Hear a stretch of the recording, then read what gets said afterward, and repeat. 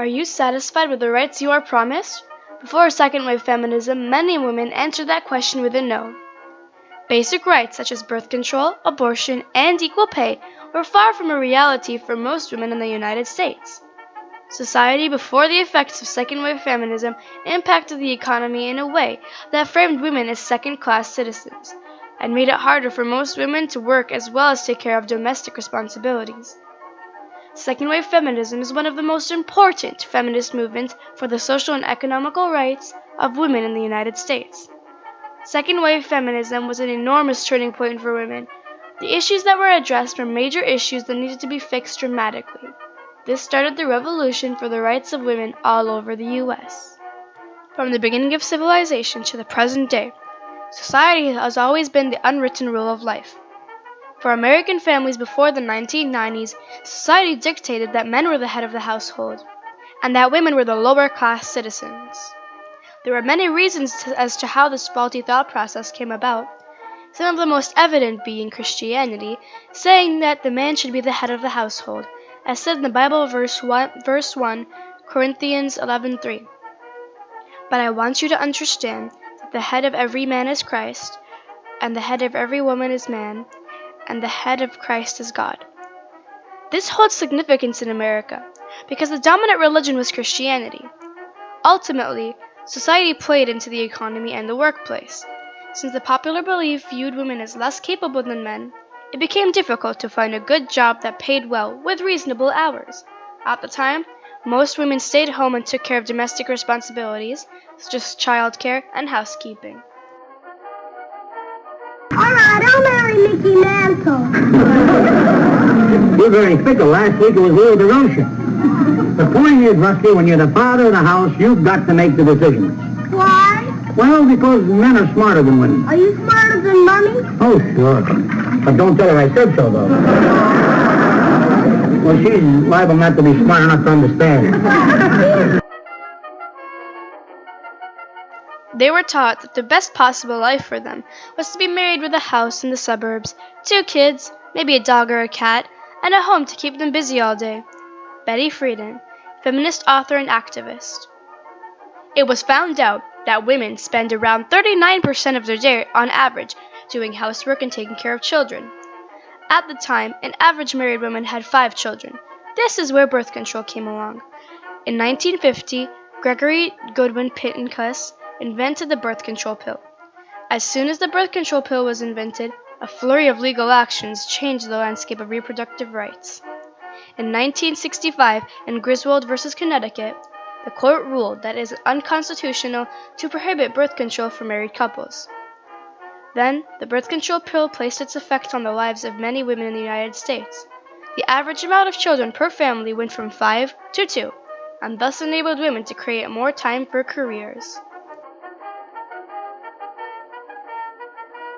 The workplace and the wage gap.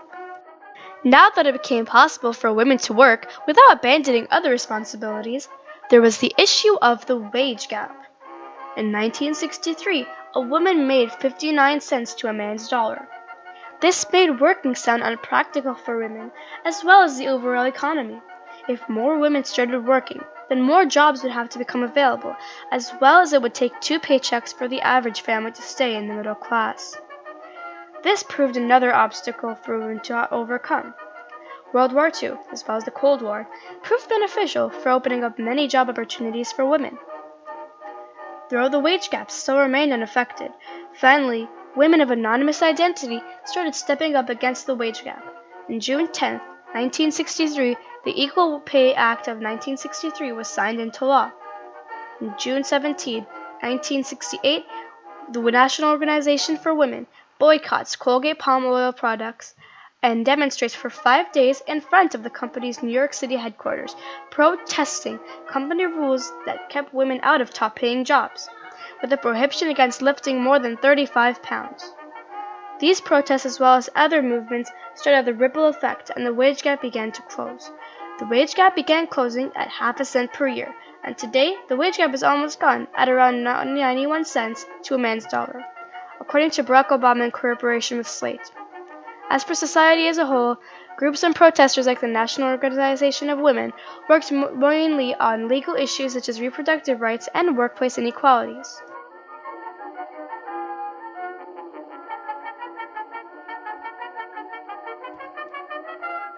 The first, third, and fourth wave of feminism. The acts of feminism were split into many different waves. First wave feminism ultimately gave women suffrage. In 1920, women got the right to vote. Third wave feminism was a focus on the critiques that women wanted to make to benefit the overall society. The third wavers inherited a foothold of institutional power created by the second wavers, including women's studies programs at universities, long-standing feminist organizations, and well-established publishing outlets such as Ms. Magazine and several academic journals. Britannica.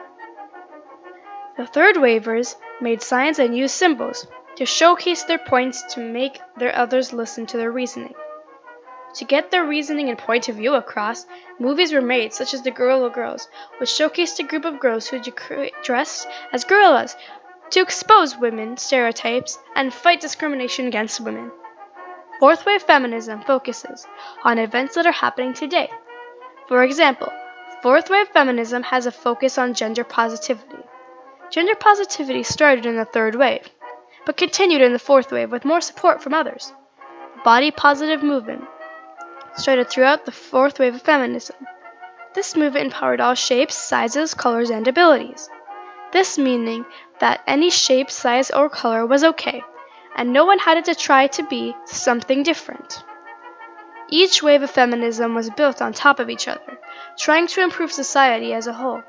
In comparison to the second wave of feminism, second wave feminism takes the lead on benefits returned from the efforts made. The second wave of feminism is definitely more influential and more beneficial than the third and fourth wave of feminism. But compared to the first wave of feminism, second wave feminism was based on the first wave. But in contrast to the first wave, second wave feminism explored and impacted more issues than the first wave.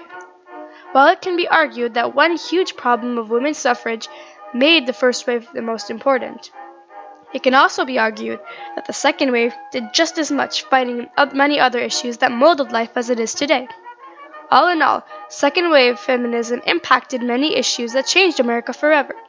While second wave feminism tackled many issues that dealt with the workplace, as well as society, it also brought light to other problems that fit into other waves, forever working to better society of the United States. The argument that second wave feminism is an enormous turning point for women's economical and social rights is strongly supported. However, others claim that second wave feminism caused many problems for women socially and economically. Due to the feminist movement, obtaining an education and entering the workforce is ideal. But this has a negative impact on many women's lives. Women often have to choose between a career or a family, which gives them limited time for both, causing many women to be as unhappy as they were in the 1960s. Many women today choose both a role in the family and the career, which consume large amounts of time, leaving little room for much else. Women often feel as if it's their duty to assume both roles due to feminist ideals. In addition, another negative drawback of feminism is that many believe that motherhood is an obstacle to equality, as stated in the article, The Failure of Feminism. A divorce rate that has increased by 80% since 1970. 40 million children affected by divorce, more than 50 million women living alone, spiraling rates of STDs, and 1.3 million abortions in a year in the US alone. Though the effects of second wave feminism may have made life a little harder for some women, with giving them domestic responsibilities as well as working responsibilities, due to the pressure of today's society, it gave women a choice, rather than suffocating them with a life that they couldn't choose to live on their own. In the end, second wave feminism impacted the United States in an innovative and positive way, by affecting lives in several ways, such as beginning to close the wage gap, making a difference of 32 cents, making birth control an available right, and influencing the society to see women as equal and opportunity worthy, and overall changing the way that reproductive rights were considered forever.